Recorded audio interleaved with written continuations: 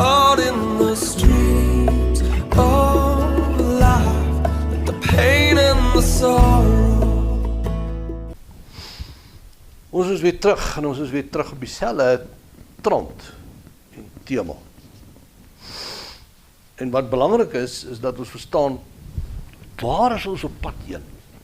Dit moet die vraag die hele tyd wees, maar om te weet waar is ons op pad heen, en verwysing na die padkaart, dan moet ons weet waar ons is.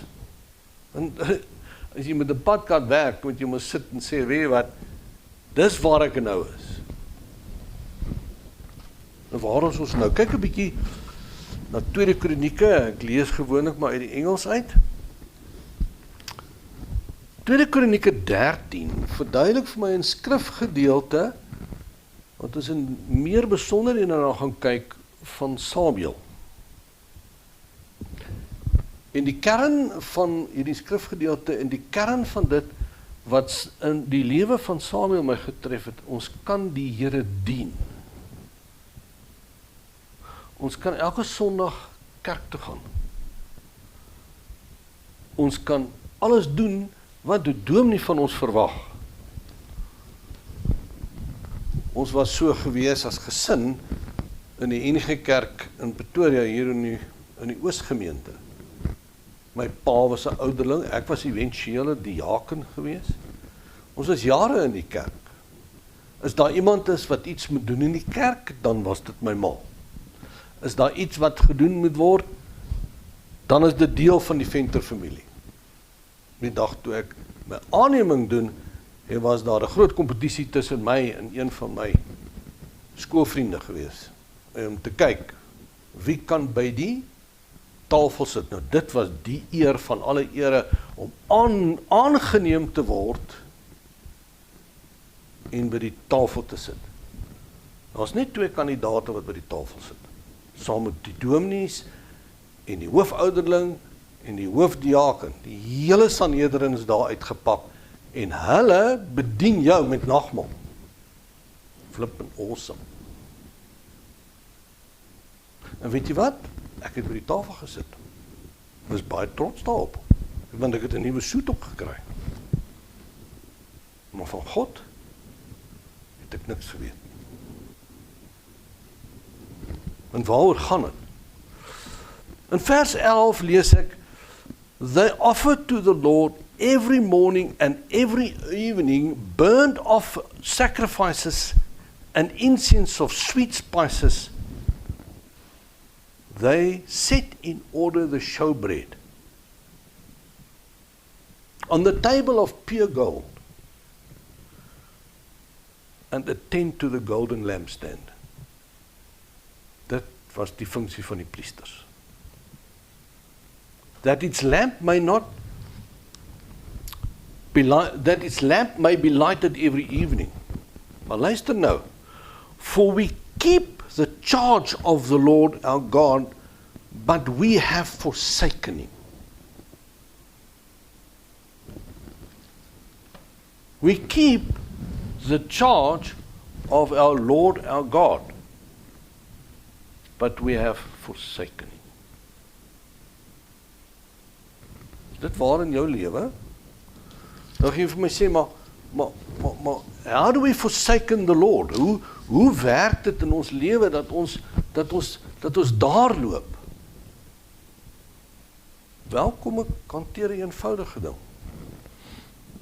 Ons kom in die Ou Testament uit, en in die Ou Testament was jy gerig op wat om te doen. In die Nuwe Testament wandel ons in die Gees.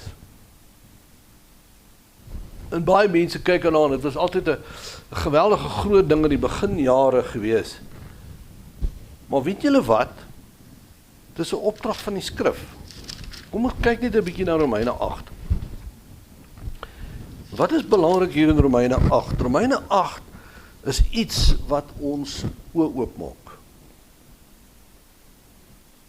Wandel jy in die vlees of wandel jy in die Gees?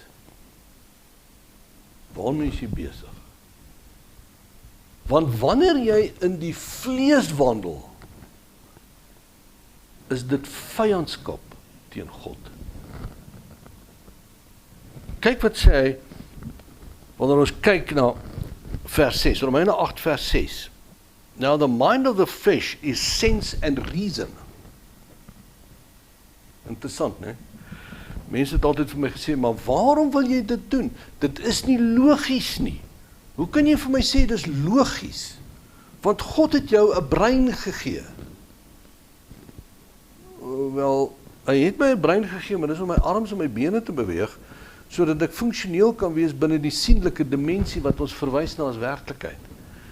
Dit was nogal 'n redelike ontdekking gewees. Now the mind of the flesh is sense and reason without the Holy Spirit. Ek lees uit die Amplified Bible uit. That is death. Death that comprises all the misery arising from sin. Hy stel dit gelyk aan sonde, né? But the mind of the Holy Spirit is life, soul and peace forever. Because the mind of the flesh is carnal thoughts and purposes. That is hostile to God. Met ander woorde, wat is besig om te gebeur? Eintlik loop ons op 'n plek waar ons nie lekker verstaan wat die dilemma is nie. Want die dilemma is gefestig in ons sintuie.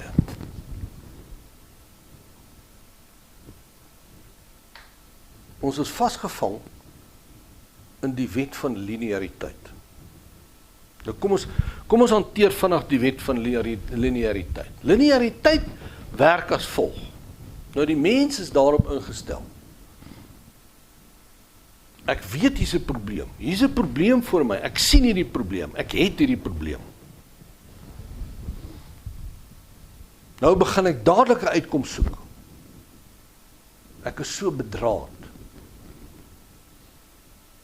Ek begin dadelik 'n uitkoms soek. Ek begin kyk, waarheen moet ek gaan? Wat moet ek maak? Hoe moet ek maak? Wat moet ek hiermee doen? Dan begin ons vir ons 'n metodiek uitwerk. En dan kry ons 'n metodiek. En dan sê ons vir onsself, goed, om by hierdie probleem verby te kom, moet ons hierdie metodiek uitleef. En nou begin ons die metodiek uitleef, en dan werk dit nie. En so word ons vasgevang in 'n metodiek wat jou lei na depressie. In 'n metodiek wat jou vat na 'n plek toe waar jy moedeloos raak. Want ons beginpunt is verkeerd. Ons beginpunt is dat ons besluitneming doen op die werklikheid. Jy kan nie jou besluitneming neem op die werklikheid nie. Jy moet jou besluitneming neem op realiteit. Maar nou voer ons dit nog verder. Nou het ek so groot geword en ek het dit gedoen. En ek het my planne uitgewerk. En dit was sonder God. En dis waarom die skrif vir ons dit sê in 2 Kronieke. Want dit kos 'n wandel met God. Die interessantheid is, nou raak ons betrokke in 'n situasie waar ons nou wedergebore raak. Maar nou die wedergeboorte moet ons vir 'n oomblik op sy sit, net om te verstaan, maar wat ons eintlik doen, is ons het 'n prentjie. Ons het 'n prentjie van die lewe, wat ons gebou het op die beginsel van lineariteit, gebaseer op werklikheid. Dit klink nou soos 'n wetenskaplike met 'n klomp geleerde woorde, maar bly net by my. Hier is ons prentjie. Nou ontdek ek Jesus. Nou word ek geleer dat Jesus kom om vir my hierdie prentjie te gee. Jesus kom om hierdie prentjie vir my uit te lê en te voltooi. Nou begin ek Jesus soek, sodat ek my prentjie kan kry. Ek beweeg nog steeds in werklikheid. Want niemand het vir my gesê, daar's 'n ander wêreld wat ek kan penetreer nie. Ek neem my besluite op die werklikheid. En wat gebeur? Die lewe raak 'n absolute treurmare. En ek weet, die jeug gaan daai woord nie verstaan nie. Ek weet, my kinders gesels en praat. Dis 'n treurmare. Misery. Maar jy dien God. Is dit waar jy jouself bevind? So jy sit in hierdie snaakse gevoel. Jy soek na die Here, want jy weet daar's iets beter. Jy soek na die Here, want diep binne in jou roep dit om bo op die berg te kom. Maar eintlik moet Jesus jou prentjie voltooi. Want jy is vasgesluit in werklikheid. Jy is vasgesluit in die sienlike. Ek wil net kom om vir jou vanmôre sê, ons kan nie so leef nie. Want dis vyandskap teen God. Nou, hoe kom ek uit? Hoe kom ek uit dit uit? Ek kom uit dit uit, net op een manier. Ek begin my wandel met God gebaseer op die regte fondasie. Luister weer na my getuienis. Dis 'n baie interessante getuienis. Ek het self weer daarna gedink en daaroor gepeins. Dink 'n bietjie aan die eerste gedeelte van die getuienis. In die eerste gedeelte van die getuienis het ek hierdie ontmoeting, hierdie ervaring met God gehad.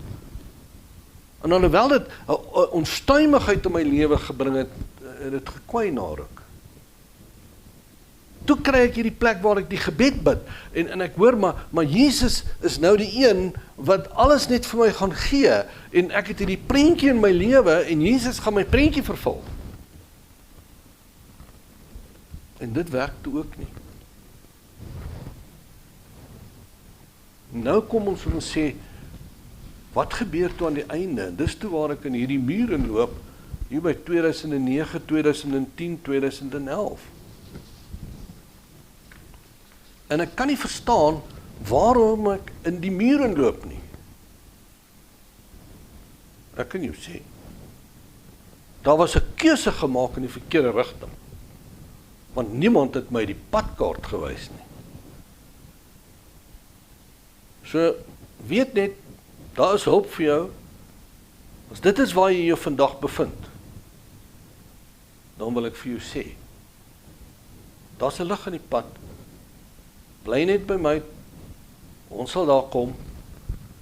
Sien julle weer in deel 3.